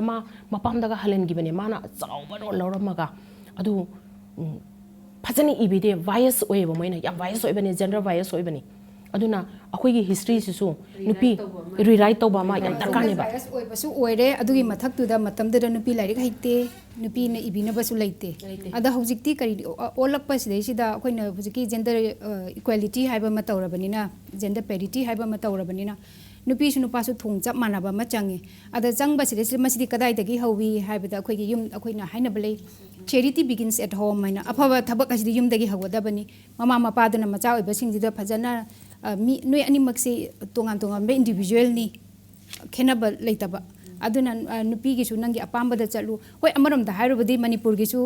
ꯍꯧꯖꯤꯛ ꯊꯣꯛꯂꯛꯏꯕ ꯑꯩꯈꯣꯏꯒꯤ ꯃꯦꯔꯤ ꯀꯣꯝ ꯁꯔꯤꯇꯥ ꯕꯣꯛꯁꯤꯡ ꯃꯥꯒꯤ ꯑꯄꯥꯝꯕ ꯐꯤꯜꯗ ꯃꯃꯥ ꯃꯄꯥꯅ ꯁꯞꯄꯣꯔꯠ ꯇꯧꯗꯅ ꯊꯣꯛꯂꯛꯏ ꯃꯁꯤꯁꯨ ꯑꯃꯔꯣꯝꯗꯗꯤ ꯃꯁꯤꯁꯨ ꯌꯥꯝ ꯄꯣꯖꯤꯇꯤꯕ ꯑꯣꯏꯕ ꯃꯑꯣꯡ ꯑꯃꯅꯤ ꯑꯗꯨꯅ ꯑꯩ ꯑꯔꯣꯏꯕꯗ ꯍꯥꯏꯅꯤꯡꯉꯤꯕꯁꯤꯗꯤ ꯑꯩꯈꯣꯏꯒꯤ ꯆꯦꯟꯖꯁꯤꯗꯤ ꯑꯩꯈꯣꯏ ꯏꯁꯥꯗꯒꯤ ꯂꯥꯛꯀꯗꯕꯅꯤ ꯍꯥꯏꯕ ꯑꯩꯈꯣꯏ ꯅꯨꯄꯤꯅ ꯐꯅ ꯂꯥꯎꯔꯒꯁꯨ ꯅꯨꯄꯥꯅ ꯇꯥꯗ꯭ꯔꯒꯁꯨ ꯑꯩꯈꯣꯏꯅ ꯅꯨꯄꯤ ꯑꯩꯈꯣꯏꯒꯤ ꯆꯨꯝꯅ ꯏꯟꯈ꯭ꯔꯒꯗꯤ ꯈꯦꯠꯅꯕ ꯈꯔꯗꯤ ꯄꯣꯔꯛꯀꯅꯤ ꯍꯥꯏꯕ ꯁꯤꯗ ꯑꯩꯅ ꯄꯣꯏꯟ ꯀꯩꯅꯣꯝꯇꯪ ꯄꯟꯖꯅꯤꯡꯕꯁꯦ ꯑꯩꯈꯣꯏ ꯌꯨꯔꯣꯞ ꯑꯃꯦꯔꯤꯀꯥ ꯌꯦꯡꯕꯁꯤ 1911 ꯁ꯭ꯋꯥꯏꯗꯒꯤ ꯍꯧꯈ꯭ꯔꯕꯅꯦꯕ ꯅꯨꯄꯤꯁꯤꯡꯁꯤꯅ ꯐꯥꯏꯠ ꯐꯣꯔ ꯗꯦꯌꯔ ꯔꯥꯏꯠꯁꯦ ꯑꯗꯣ ꯃꯣꯏꯅ ꯍꯧꯔꯛꯄꯁꯤ ꯑꯗꯨ ꯍꯥꯏꯗꯤ ꯁꯦꯟꯆꯨꯔꯤ ꯑꯃ ꯍꯦꯟꯅ ꯂꯥꯟꯈ꯭ꯔꯕ ꯄꯣꯠ ꯃꯇꯨꯡꯗ ꯃꯣꯏ ꯍꯧꯖꯤꯛꯀꯤ ꯐꯪꯉꯤꯕ ꯑꯩꯈꯣꯏꯅ ꯌꯦꯡꯈꯠꯂꯤꯕ ꯑꯩꯈꯣꯏꯅ ꯃꯣꯏꯒ ꯀꯝꯄꯦꯌꯔ ꯇꯧꯔꯤꯕ ꯁ꯭ꯇꯦꯖꯁꯦ ꯃꯣꯏ ꯑꯥꯐꯇꯔ ꯁꯣ ꯃꯦꯅꯤ ꯌꯔꯁ ꯐꯪꯕꯅꯦꯕꯀꯣ ꯑꯗꯨꯕꯨ ꯄꯣꯖꯤꯇꯤꯕ ꯑꯣꯏꯕꯗꯤ ꯉꯁꯤ ꯑꯩꯈꯣꯏ ꯂꯩꯔꯤꯕ ꯑꯩ ꯐꯝꯃꯤꯕ ꯃꯦꯗꯥꯝ ꯐꯝꯃꯤꯕ ꯃꯌꯥꯝꯁꯦ ꯑꯩꯈꯣꯏ ꯐꯝꯃꯤꯁꯦ ꯀꯩꯒꯤꯅꯣꯗꯤ ꯑꯩꯈꯣꯏ ꯁꯣꯁꯥꯏꯇꯤꯁꯤꯅ ꯆꯦꯟꯖꯅꯦꯕ ꯑꯩꯒꯤ ꯐꯦꯃꯤꯂꯤ ꯑꯩꯈꯣꯏꯒꯤ ꯃꯌꯥꯝ ꯑꯃ ꯆꯦꯟꯖ ꯇꯧꯕ ꯄꯣꯖꯤꯇꯤቭ ꯃꯌꯥꯝꯁꯦ ꯁꯤ ꯎꯔꯒꯗꯤ ꯄꯣꯖꯤꯇꯤቭ ꯁ꯭ꯇꯦꯞꯁꯤꯡꯁꯦ ꯑꯗꯨꯝ ꯂꯥꯛꯏ change is bound to happen and it's happening ꯂꯠꯆꯠ ꯇꯧꯔꯤꯕ ꯍꯧꯖꯤꯛ ꯍꯥꯏꯗꯤ ꯑꯩ ꯐꯝꯃꯤꯕ ꯃꯦꯗꯥꯝ ꯍꯣꯏ ꯐꯝꯕꯤꯕ ꯃꯌꯥꯝꯁꯦ ꯍꯧꯖꯤꯛ ꯉꯁꯤ 9 ꯍꯦꯜꯂꯕꯅꯤꯀꯣ ꯑꯩꯈꯣꯏ ꯉꯝꯃꯦꯕ ꯑꯗꯨꯝ ꯐꯝꯃꯤꯕ ꯍꯧꯖꯤꯛ ꯑꯗꯨꯅ ꯁꯤꯗ ꯅꯨꯄꯥ ꯀ꯭ꯔꯨ ꯃꯌꯥꯝꯁꯨ ꯅꯨꯄꯥꯁꯨ ꯌꯥꯎꯔꯤ ꯅꯨꯄꯤꯁꯨ ꯌꯥꯎꯔꯤ ꯁꯣ ꯄꯣꯖꯤꯇꯤቭ ꯆꯦꯟꯖ ꯑꯃ ꯑꯩꯈꯣꯏ ꯁꯣꯁꯥꯏꯇꯤꯗ ꯎꯔꯤ ꯑꯗꯨꯅ ꯑꯐꯕꯁꯤꯗ ꯃꯌꯥꯝ ꯅꯩꯅꯃꯤꯟꯅꯔꯒꯀꯣ ꯑꯗꯒꯤ ꯉꯁꯥꯏꯒꯤ ꯁ꯭ꯇꯦꯛ ꯍꯣꯜꯗꯔꯁꯤꯡꯁꯤꯅꯁꯨ ꯑꯗꯨꯝ ꯑꯗꯨꯝ ꯇꯥꯏꯌꯦꯅꯗꯤ ꯈꯜꯂꯤ ꯍꯣꯏ ꯑꯩꯈꯣꯏꯅ ꯑꯃꯨꯛ ꯍꯦꯟꯅ ꯇꯥꯍꯟꯅꯤꯡꯕꯗꯨꯅꯦꯕ ꯇꯧꯔꯤꯁꯦ ꯑꯗꯨꯅ ꯚꯣꯏꯁꯁꯤꯡꯗꯣ ꯄ꯭ꯔꯣꯄꯔ ꯆꯦꯅꯦꯜ ꯇꯧꯔꯒ ꯑꯥꯏ ꯊꯤꯡꯛ ꯄꯣꯖꯤꯇꯤቭ ꯁꯥꯏꯠꯇꯗꯤ ꯂꯥꯛꯑꯕ꯭ꯔꯥꯅꯗꯤ ꯈꯜꯂꯦꯀꯣ ꯌꯦꯁ ꯑꯩꯈꯣꯏꯅ ꯍꯧꯖꯤꯛ ꯑꯩꯈꯣꯏꯅ ꯗꯔꯀꯥꯔ ꯂꯩꯔꯤꯕꯁꯤ ꯀꯂꯦꯛꯇꯤቭ ꯑꯦꯐꯔꯠꯁ ꯅꯨꯄꯥ ꯍꯥꯏꯕ ꯂꯩꯇꯕ ꯅꯨꯄꯤ ꯍꯥꯏꯕ ꯂꯩꯇꯕ ꯑꯗꯨ ꯂꯣꯏꯅꯃꯛꯇꯨ ꯉꯝꯃꯀꯥꯟꯁꯤꯗ ꯆꯦꯟꯖꯁꯦ ꯃꯇꯝꯗꯤ ꯆꯪꯒꯅꯤ ꯑꯩꯈꯣꯏꯒꯤ ꯂꯨ ꯇꯣꯡꯁꯤꯗ ꯌꯥꯎꯈ꯭ꯔꯕꯗꯨꯗꯤ ꯑꯍꯤꯡ ꯑꯃꯗ ꯑꯣꯜꯂꯣ ꯍꯥꯏꯕꯗꯨꯗꯤ ꯌꯥꯔꯣꯏ ꯑꯗꯣ ꯃꯇꯥꯡ ꯑꯁꯤꯗ ꯉꯁꯤꯒꯤ ꯗꯤꯁꯀꯁꯟꯁꯤ ꯌꯥꯝꯅꯁꯨ ꯃꯄꯨꯡ ꯐꯥꯅ ꯅꯨꯡꯉꯥꯏ ꯑꯗꯨꯕꯨ ꯃꯇꯝ ꯇꯦꯜꯂꯕꯅꯤꯅ ꯑꯩꯈꯣꯏꯅ ꯉꯥꯡꯅꯤꯡꯕ ꯀꯌꯥ ꯑꯃꯁꯨ ꯍꯥꯏꯅꯤꯡꯕ ꯀꯌꯥ ꯑꯃ ꯂꯩꯔꯒꯁꯨ ꯈꯨꯗꯣꯡꯆꯥꯕꯗꯣ ꯃꯇꯨꯡꯗ ꯑꯃꯨꯛ ꯀꯧꯖꯒꯦ ꯑꯗꯨꯅ ꯁꯣꯕꯤꯇꯥ ꯃꯪꯁꯥ ꯇꯥꯕꯝ ꯑꯗꯨꯒ ꯚꯤꯛꯇꯣꯔꯤꯌꯥ ꯑꯃꯗꯤ ꯄ꯭ꯔꯤꯌꯥꯗꯔꯁꯤꯅꯤ ꯑꯩꯈꯣꯏꯒꯤ ꯁꯤꯗꯁꯨ ꯂꯦꯡꯕꯤꯔꯛꯄꯒꯤꯗꯃꯛ ꯌꯥꯝ ꯅꯨꯡꯉꯥꯏꯖꯔꯤ ꯍꯔꯥꯎꯖꯩ ꯊꯦꯡꯛ ꯌꯨ ꯃꯇꯥꯡ ꯑꯁꯤꯗ ꯉꯁꯤꯒꯤꯗꯤ ꯃꯅꯨꯡ ꯍꯨꯠꯄ ꯂꯣꯏꯖꯔꯦ ꯌꯦꯡꯕꯤꯔꯤꯕ ꯄꯨꯝꯅꯃꯛꯇꯒꯤ ꯀꯥꯏꯅꯅꯕ ꯌꯥꯎꯊꯪ ꯂꯧꯖꯔꯤ ꯊꯦꯡꯛ ꯌꯨ